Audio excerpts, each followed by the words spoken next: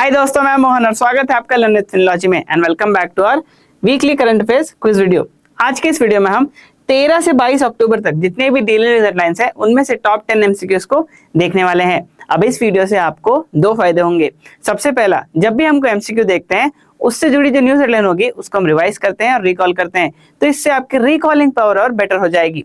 दूसरा, आपको एक आइडिया लग जाएगा कि इन न्यूज हेडलाइन से मेन कॉम्पिटिटिव एग्जाम में कैसे क्वेश्चंस फ्रेम की जा सकते हैं in the current affair section. तो चलिए without wasting any time let's start with our video. पहला क्वेश्चन कहता है which nation top the Henley passport index 2025? India, Switzerland, Norway या फिर Singapore? The correct answer will be option number D, that is Singapore, because Singapore offers visa free access to 193 countries. ये बहुत ज्यादा important है आपके लिए, 193 countries, इस figure को याद रखिए।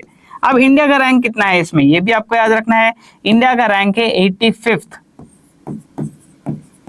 इंडिया का रैंक पूछा जाता है तो इंडिया का रैंक भी आप याद रखें अच्छे से। दूसरा क्वेश्चन कहता है India has been elected unopposed to the human rights council, United Nations human right council for dash, United Nations human right council for the dash time for a 3-year term. तो ये कौन सा time है, 6th, 7th, 8th या फिर 9th? The correct answer will be option number B, that is 7th। India has been elected for the 7th time. Okay, ये आपको याद रखना है। अब UNHRC, UN human rights council, UNHRC, ये बहुत इंपॉर्टेंट है। इसका हेडक्वार्टर आपको पूछा जा सकता है। इसका हेडक्वार्टर है इन जिनीवा, विच इन स्विट्जरलैंड। ये आपके लिए बहुत ही ज्यादा इंपॉर्टेंट है। और इंडिया का टर्म क्या है, इंडिया का टर्म है 2026 से 2028 तक। This is important for you. तीसरा क्वेश्चन कहता है exercise Samudra Shakti is being carried out between India and dash, Thailand, Indonesia, Singapore या Vietnam? The correct answer will be option number B, that is Indonesia. आपको ऐसे सामने बहुत सारे जितने कॉम्पिटिटिव एग्जाम्स हो रहे हैं उसमें ऐसे एक्सरसाइज के नाम पूछे जा सकते हैं कि किन किन कंट्रीज के बीच हो रहा है। अब ये कितना, कौन सा एडिशन है, 2025? This is the 5th edition. और इसे होस्ट कौन कर रही है, इंडिया और इंडोनेशिया में। इसे होस्ट इस बार इंडिया कर रही है, जो कि विशाखापट्टनम में हो रहा है। ओके, और विशाखापट्टनम में इंडियन नेवी का क्या है, कौन सा कमांड का हेडक्वार्टर है? विशाखापट्टनम में इंडियन नेवी का ईस्टर्न कमांड का हेडक्वार्टर है, ईस्टर्न कमांड का हेडक्वार्टर है। ये भी आपको याद रखना है, रिमेंबर दिस। और इंडियन नेवी का कुल कितने कमांड है, इंडियन नेवी के कुल 3 कमांड है, टोटल 3 कमांड है, जिसमें से एक ईस्टर्न कमांड है, बाकी 2 है वेस्टर्न और सदर्न कमांड। जहां पे वेस्टर्न कमांड का हेडक्वार्टर कहाँ है, मुंबई में, और सदर्न कमांड का हेडक्वार्टर है इन कोच्चि, और ईस्टर्न कमांड का विशाखापट्टनम में। So remember all of these things because it's very important for you. CLAT UG 2026 का एग्जाम जो कि 7 दिसंबर को होने वाला है, इसके लिए अब सिर्फ 45 दिन रह गए हैं। सो अभी इन बचे हुए दिनों में अगर आपको अपने करंट अफेयर सेक्शन को स्ट्रॉन्ग करना है, जिसका वेटेज 25% तक है इस पूरे एग्जामिनेशन में, जिससे आपकी ओवरऑल स्कोर और रैंकिंग भी और बेहतर हो सकती है।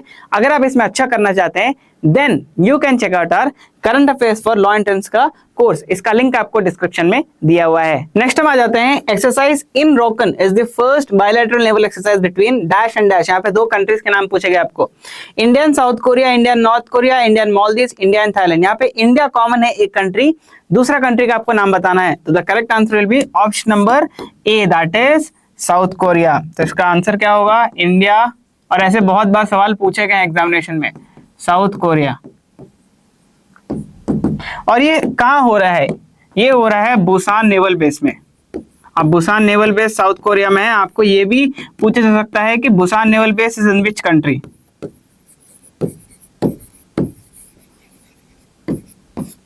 इसे जरूर याद रखें। साउथ कोरिया की बात की गई तो साउथ कोरिया कैपिटल क्या है, साउथ कोरिया कैपिटल है Seoul, remember this. Okay, 5th question कहता है dash has become the second smallest nation to qualify for the FIFA World Cup, Iceland, Cape Verde, Monaco या फिर नाउरो? तो the correct answer is option number B, that is Cape Verde. ये आपके लिए बहुत ज्यादा इंपॉर्टेंट है, ये आपको डेफिनेटली पूछा जाएगा।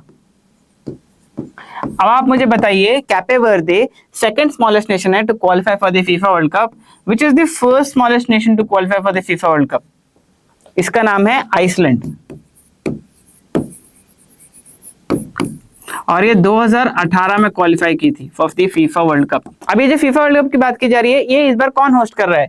इसे होस्ट कर रही है, ये 2026 में होगी, इसे होस्ट कर रही है यूएसए, कनाडा और Mexico.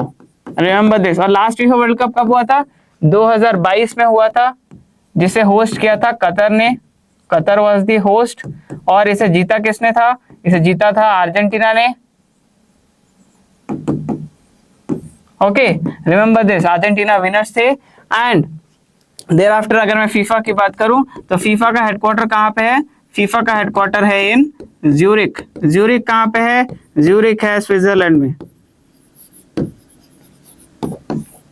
Okay, there after FIFA जो मेंस वर्ल्ड कप है वो सबसे पहली बार कौन से साल में खेला गया था? इट वाज इन 1930 में खेला गया था। और इसे जीता किसने था? इसे जीता था यूरुग्वे ने।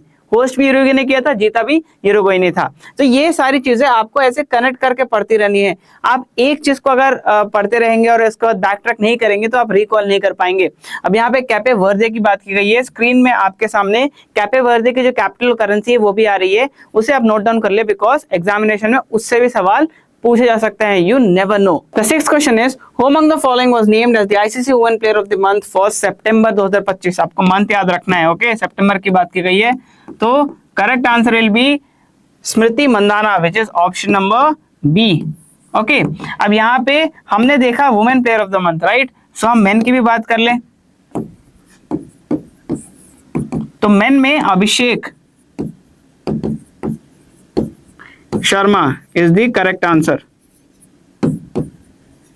और अभिषेक शर्मा से आपको क्या याद आ रहा है? अभिषेक शर्मा से आपको याद आ रहा है। अब आप देखिए हम कनेक्ट कैसे करते हैं।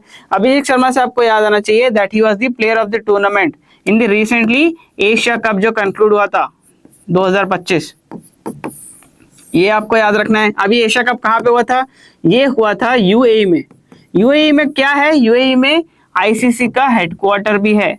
अब ये आईसीसी का ही एक बात की जा रही है यहाँ पे, राइट? सो इसीलिए आपको आईसीसी का हेडक्वार्टर भी याद रखना है। आईसीसी के अभी करंट चेयरमैन कौन है? अब आईसीसी हमें याद है करंट चेयरमैन है जय शाह। अब जय शाह इंडिया से बिलोंग करते हैं। इंडिया को बीसीसीआई जो मेन गवर्निंग बॉडी है क्रिकेट की, राइट? सो बीसीसीआई के अभी 37 प्रेसिडेंट अपॉइंट हुए थे। 37 प्रेसिडेंट। इनका नाम क्या है? इनका नाम है मिथुन मानस। ये भी आपको याद रखना है। मिथुन मानस अभी रिसेंटली अपॉइंट हुए थे 37% ऑफ बीसीसीआई। तो ऐसे ही कनेक्ट करते करते करते करते हम यहाँ तक पहुंच गए। This is how you recall and revise. अब यहाँ पे जैसे कि एशिया कप की बात की जा रही है, एशिया कप इंडिया ने जीता, राइट? एशिया कप में इंडिया ने किसको हराया? इंडिया ने पाकिस्तान को हराया। ये भी आपको याद रहना है।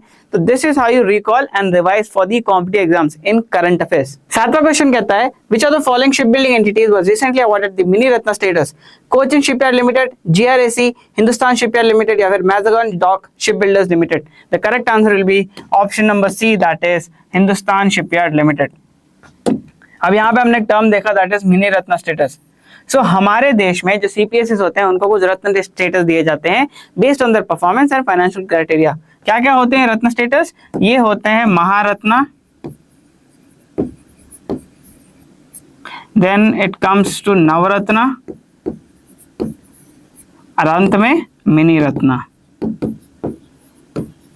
इन तीनों में से हिंदुस्तान शिपयार्ड लिमिटेड को मिनी रत्न का दिया गया है ratna status. Dash has become the first transgender person from Karnataka to be part of the SC appointed panel?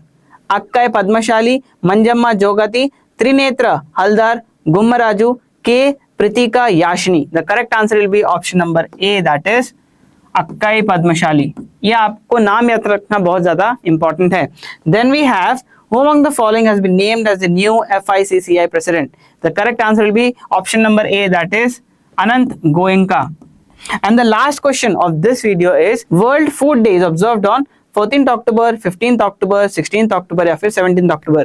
The correct answer will be option number C, that is 16th October. और एक चीज note करें, जब भी आपको इंपॉर्टेंट डे देखते हैं उसका थीम आप जरूर नोट कर ले, बिकॉज थीम से भी क्वेश्चंस पूछे जा सकते हैं। That's all with our weekly current affairs quiz video. आपको वीडियो कैसा लगा हमें कमेंट सेक्शन में जरूर बताएं। अपने करंट अफेयर सेक्शन को और बेहतर करने के लिए आप हमारे चैनल को सब्सक्राइब कर सकते हैं and do not forget to hit the bell icon, because जब भी हम कोई नया वीडियो अपलोड करते हैं आपको उसका नोटिफिकेशन मिल जाएगा। Till then stay tuned for the next video. Keep practising, keep revising, best of luck and bye.